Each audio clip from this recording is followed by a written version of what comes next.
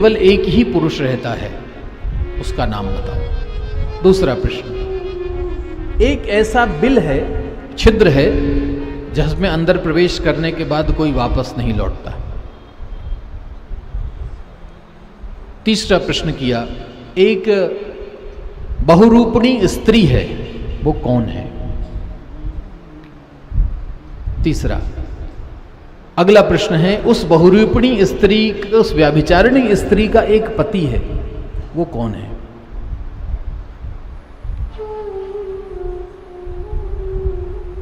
पच्चीस तत्वों से मिलकर बना हुआ एक घर है, वो कौन सा है? एक ऐसी नदी है जो दोनों दिशाओं में बहती है, कौन सी नदी है? पहेलियां सुनते ना आप लोग, ऐसी पहेलियां नारद ने पूछी थी उससे। एक ऐसा हंस है जिसकी कहानी बहुत विचित्र है, और एक ऐसा चक्र है जो वज्र के अंगों से बना हुआ चारों दिशाओं में घूमता रहता है।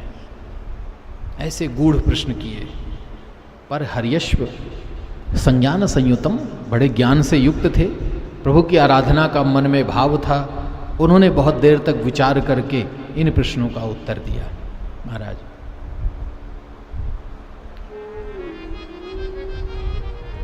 वो पुरुष केवल वासुदेव हैं, परम पुरुष नारायण हैं, जो इस शरीर में निवास करते हैं।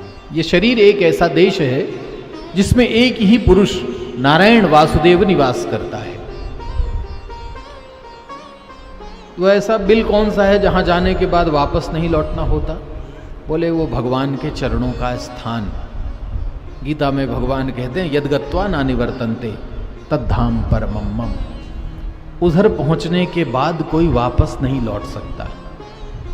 वो केवल भगवान का वैकुंठ है, केवल उनके चरणों की भक्ति है। एक बार भक्ति में मन रम गया तो वो व्यक्ति कभी संसार में लौट नहीं सकता। और यदि संसार में लौटने की चिंता है तो अभी भक्ति में मन रमा नहीं है। एक ऐसी नदी जो दोनों दिशाओं में बहती है, बोले वो है माया। माया ही ऐसी है जो सृष्टि के दोनों पक्षों का दर्शन कराती है। यही माया आपको निवृत्ति में भी ले जाती है, यही माया आपको प्रवृत्ति में भी बांध कर रखती है। इसी माया का रूप है ये। व्यभिचारिणी स्त्री कौन है? बोले ये बुद्धि। बुद्धि जिसमें अनेक प्रकार के संकल्प, विकल्प, दोष इत्यादिकों का अभिगमन होता है, जिसके कारण मनुष्य अनेक प्रकार के व्यभिचार करता है। इसका पति कौन है? बोले इसका पति यही शरीर, जो इसके आसक्त होकर के इसी के पीछे पीछे भागता रहता है। बुद्धि कहती है बैठ जाओ तो बैठ जाएगा, बुद्धि कहेगी अब रोने लगो तो रोएगा, बुद्धि कहेगी अब हंसो तो हंसेगा। ये बुद्धि के अधीन हो जाता है।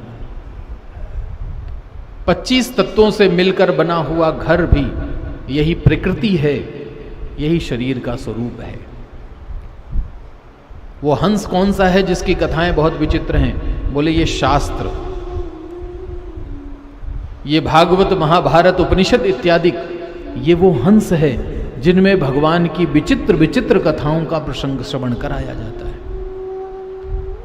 चक्र का नाम क्या है जो घूमता रहता है? बोले वो काल चक्र है, जिसके जो छुरे हैं, जो इसकी अरी हैं, वो वज्र से बनी हुई हैं, जो संसार में किसी भी प्रकार से कभी छिन्न भिन्न टूटती नहीं है।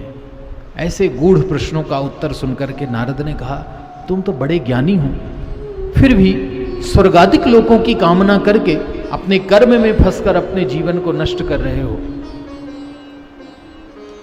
अपने जीवन के कल्याण का मार्ग प्रशस्त करो। नारद जी की बातें सुनी तो ये 10 के 10,000 पुत्रों ने संन्यास ले लिया। सब चले गए तपस्या करने, लौटे नहीं आज तक।